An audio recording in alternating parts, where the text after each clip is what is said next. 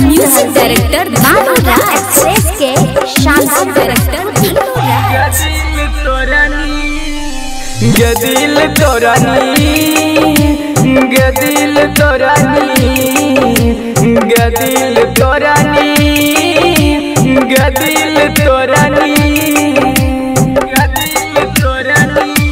दोसरा से प्यार करे लागली गे भूल गेली हमार प्यार दोसरा से दिल लगावे लागली गे याद आइबौ ना जान गदिल तोरानी गदिल तोरानी गदिल तोरानी गदिल तोरानी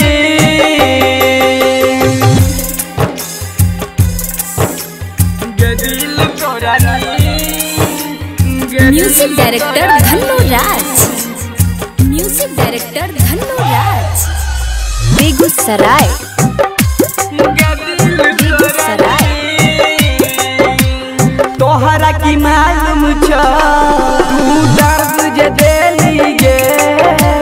जियल न जाई कई गे अब मरबे करबौगे प्यार किए कोई गे जे साथ छोड़ देली गे अब याद न आइबौगे बस तने रुलाइबौगे गदिल तोरानी गदिल तोरानी गदिल तोरानी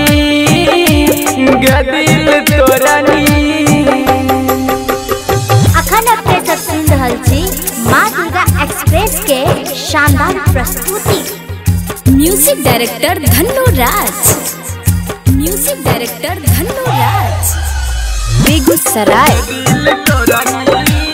बेगूसराय पागल बनैली गे अब कब्र में जइबौगे मरला के बाद नई सपनों में अइबौगे कब्र में रहबौगे नई पास अइबौगे मरला के बाद नई चेहरा देखइबौगे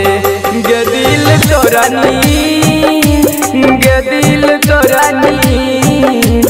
गदिल तोरानी गदिल तोरानी सूरज नीरज के दिल तोराली गे भूल गेली हमार प्यार सूरज नीरज के दिल तोराली गे भूल गेली हमार प्यार गदिल तोरानी गदिल तोरानी गदिल तोरानी।